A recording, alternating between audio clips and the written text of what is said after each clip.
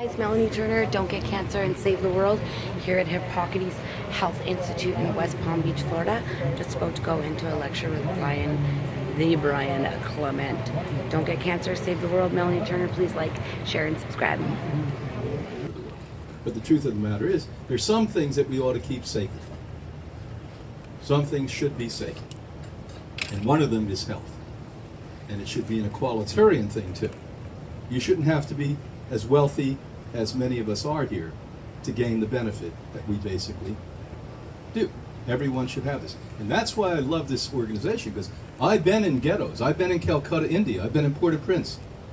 I've been in the deepest, darkest ghettos in the United States. And I brought this program in, and I stand up straight, and I can give this to the poor people, and they can do it. You give them seeds, they produce 10 times more food, and 10, 20, 30 times more nutrition. That's a remedy for a lot of pain and suffering. But you and all other people have been so conned, so corrupted in your minds into believing that health care is out of your hands. It's still a big leap for you to imagine you can heal yourself. And if you cannot get to that place where you can imagine you can heal yourself, you will not. Let me tell you right now, you will not. I cannot heal you. Nobody can heal you. If you're still looking for somebody to heal you, you should have gone to a magician, not come here to Hippocrates.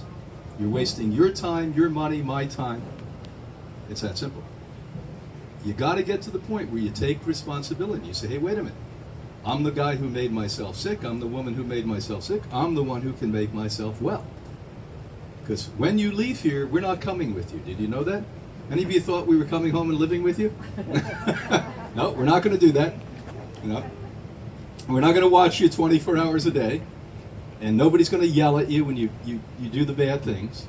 But you're going to be there, and you're going to see how much you honor yourself and respect yourself, or dishonor yourself and disrespect yourself. That's it. It's all about that. God's greatest gift to you was your life. And if you don't respect that, shame on you. Shame on you. And this is not easy. Nobody's suggesting what we propose here is easy. This is very difficult to go against everything else you've been corrupted into believing out there. We're telling you, for instance, when I was young, they told you, if you don't eat meat, you're going to die of protein deficiency. I'm telling you, if you eat meat, you're going to die of disease. I'm telling you, don't drink milk, it gives you osteoporosis. They're telling you, drink milk, it takes away osteoporosis. And by the way, we're telling the truth. They're propagandizing out there. They're propagandists. We're telling you, by the way, that almost everything you've ever been taught out there is completely diversely the opposite of what's true. Now that's amazing, isn't it? But the older I get, the more I realize that that's actually a fact. My mentor, when I was just a kid, my first mentor that did this, Lillian, said to me, whatever those guys tell you, do the opposite, and you'll be doing the right thing. I said, you know, I was young. I said, well, some of that must be okay. And she said, you'll find out. And I found out.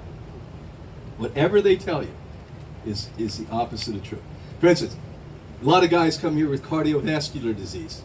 And I say, well, you need to get under the sauna and you need to exercise. Well, the doctor told me not to exercise and not to take a sauna. Now, can you imagine a doctor who takes care of the heart telling people not to exercise and not to take a sauna? Two of the best things you can do to reverse cardiovascular disease.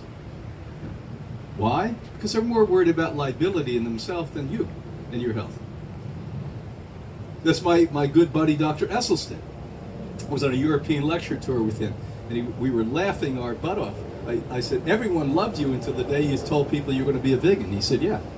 So the day I told people I was going to be a vegan to reverse my heart disease, which it happened, by the way. I always helped hundreds and hundreds of other people reverse their heart disease. They condemned it. And so what he's been doing now for 30 years is doing science. Whatever the best of the science is, he does better than that to show them that they're completely wrong. And I said, have you been accepted yet? He said, no. 30 years of 99% of the people he works with heart disease, he puts them on this type of diet, gets them to exercise, and 99% reverse heart disease. And he has a proof of it done in the best scientific protocol you can, and nobody will listen to you. Look at what happened to Dr. Campbell. Top nutritionist alive today. Dr. Campbell's in his late 70s. Dr. Campbell was a farm boy. He was actually the man at a very young age that in the United States they picked to be the man who advised us on nutrition. And all at once he started to realize that dairy food was the #1 cause for cancer. So if you want cancer, take organic milk or yogurt or kefir, because it actually gives you cancer as well or better than steak. Steak will do it too. But if you're like me, I would have put, butter on top of the steak. I would have been really in good shape at that point. And instantly, when he came out with the definitive research study in 1990, where it was the definitive study in history on diet, he went and did a global study. They condemned him. They actually asked him to leave Cornell at that point. They asked him to leave. He was a renowned professor. Once you start to tell people the truth, nobody likes you anymore. Do you follow me? And so you're going to go home. You're going to experience the same thing. Your family, your friends, your associates are going to start not to like you because you're going to be an example of what they're not doing. So you got to be brave. Do you follow me? Nobody's as stupid as you think they are. They're detached, they're out of touch, but they're not that stupid. So when they see you and you stand up and you start to look good, and you're going to do that, by the way. You're going to start to be fit, look good, your demeanor is going to change, your consciousness will change. People are going to see that. And they're not going to embrace it most of the time. They're going to reject you. So you've got to be brave. And you've got to take this all with humor. Not get so serious about it. Get over it. What are you going to be in the battle? You're going to be the person who fights the general for raw food? Forget it. Get over it. Relax. Just eat this way. Get over it. When people laugh at you, laugh even louder. So Anne knew all of this. Now what they knew in those very early days is that sprouts were pretty important. Now, how did she learn that? She learned it because she put her little hand underneath that when she was 17, 18 years old and saved her leg with grass. And a group of people came along. So the very first one she read was Zachary Bardos. And Zachary Bardos was a linguistics genius who was Romanian-Hungarian who moved to France and adapted a French name, Bardos. But his name was Zachary, his original name. And he heard about something called the Essene Gospels. Any of you know what that is? How many of you perceive yourself as a Jew or a Christian? Raise your hand. Okay. Well, if you should read this, because if you haven't read this, you haven't really gotten the big story. So back in the 1940s, across from the Dead Sea, how many of you have been at the Dead Sea? One of the lowest place on the planet Earth, by the way, geographically. It's amazing. You can't drown in that Dead Sea. It's just salt like this. And there's these caves. It's these big mountains that have almost flat fronts that have caves in it. And it's so arid, it's like 0% humidity there, that everything's preserved. And who are the Essenes? Does anyone know who they are? Part of the Essenes. Yeah, Jesus, who was Jewish, by the way. Christians forget that. Jesus was a Jew. I call the Essenes. Now these people, I always joke, I said they squeak when they walked. You know what that means? They were pure. Him long after his demise. This is the first time they found things that were written when he was alive and speaking. And they were on scrolls. Do you know what scrolls are? These completely preserved. They took them out, and the linguistics people looked at it and said this contradicted Jewish and Christian theology. So they had to lock it up. Now who has an army of their own in Judeo-Christian world? The Vatican. So they put them in the Vatican, and now Zachary Bardos wakes up and says, when I was born a Catholic. He said, let me go down and volunteer at the Vatican. Gowns, parts of the Essene Gospel. And he's a guy who read and wrote and understood the Aramaic that Christ spoke. So he basically gets it out. And he puts it in a little book called the Essene Gospel of Peace. And that's what all of you should read. What? The Essene Gospel of Peace. Now this is Jesus, the Jewish guy, speaking, and he's telling people about healing, and he talks about grass. They say, oh, that couldn't be true. How many of you, again, perceive you're Jewish or Christian here? Okay, now I'm going to quiz you. You should be sorry you put your hands up. king in the Bible? Not Solomon. Herod. No, not Herod. Herod was bad, but this guy was worse. Manasseh. King Nebuchadnezzar. This guy was a sleazeball. He was like a mob boss. He was a rapist. He was a murderer. He was an overeater. He was like everything bad. He invented it.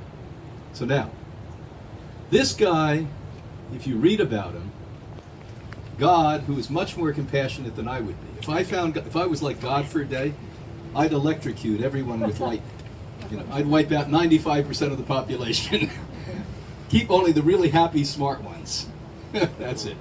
95% of you would go, boom, let's get rid of them. God, with his compassion due to this sleazeball, when he wanted to get him well, put him where for 7 years? Yes. So in your mainstream Bible, they talk about Christ is expounding on this, basically talking about the use of grass, cleansing the body, which was always ritualistically part of all theologies, not only Jewish and Christian, but throughout history. This is what prayer and contemplation and meditation, all the same thing, by the way, just different words for different disciplines. It's getting you to focus, getting you to take the noise away, and the internal cleansing, and fasting. Why is fasting part of every theology? It's not only about cleansing the body, it's about raising. You're going to hear this with me tomorrow, about raising the consciousness. That's what fasting does. I've been fasting 1 or 2 days a week for 46 years. It's part of my, I don't miss them. No matter where I am in the world, no matter what I'm doing, I'm fasting. Sometimes it's part of it. So they knew one thing. They knew that sprouts were part of that, because at the Dead Sea they found in the Essenes buildings, the anthropologists, sprouting devices. They used to sprout in clay pots. This was one of their staple diets. And when I was in Jerusalem at Passover, which is Passover and Easter, it was one of those years, like this year is wonderful, because Christmas and Hanukkah are the same time. Christmas Eve, Hanukkah starts. You know, Passover start at the same time. And I happen to be in there. We go to a matzah maker, and we wanted to make our raw food sprout matzah, because I was staying with a good friend of mine that was a religious Jew. And so we go to the matzah maker. He was the coolest guy I ever saw. He had a long beard down like this, and he was really thin, and he walked like this. He was like a jazz guy. And we would walk across, and he must have been 90 years old at the time. And we walked in, and we showed him the sprouts, and we hit them with a mortar and pestle. He cried. He said this was the original matzah. He said this was the original matzah. Now they've watered it down like everything else. Everything's been commercialized. But he said that's what my grandfather used to make. So they would take it and hit the grains, the sprouts, and that was the original breads. And why do we now have breads that puffed up and got yeast and sugar in it? To make more money. So that happened in Europe, by the way. It didn't happen in the Middle East. Middle East was flat bread. I need a dehydrator. You're in the Middle East in the middle of the summer, you don't need a dehydrator. You put it out on the sand for about 20 minutes, it's all going to dehydrate. That's what happens. So we know about sprouts. So that was Zachille Bardos. She read the book in January. She could grow food. She could grow food medicine. See, we consider what we have here food/medicine because of the what chemicals? Phytochemicals. And which foods have the most phytochemicals? Hands down. Isn't it a miracle? We start to find everything that she instinctually knew, and others obviously thousands of years before her knew, scientists are validating that. By far, the foods that have the most medicine in it are sprouts. I'll give you one small example. Broccoli is amazing for anti-cancer and reversal of cancer. No question. There's not anyone who knows anything about this that won't agree. Broccoli kills cancer. But when they sprout the seed of a broccoli, it's 50 times stronger. 50 times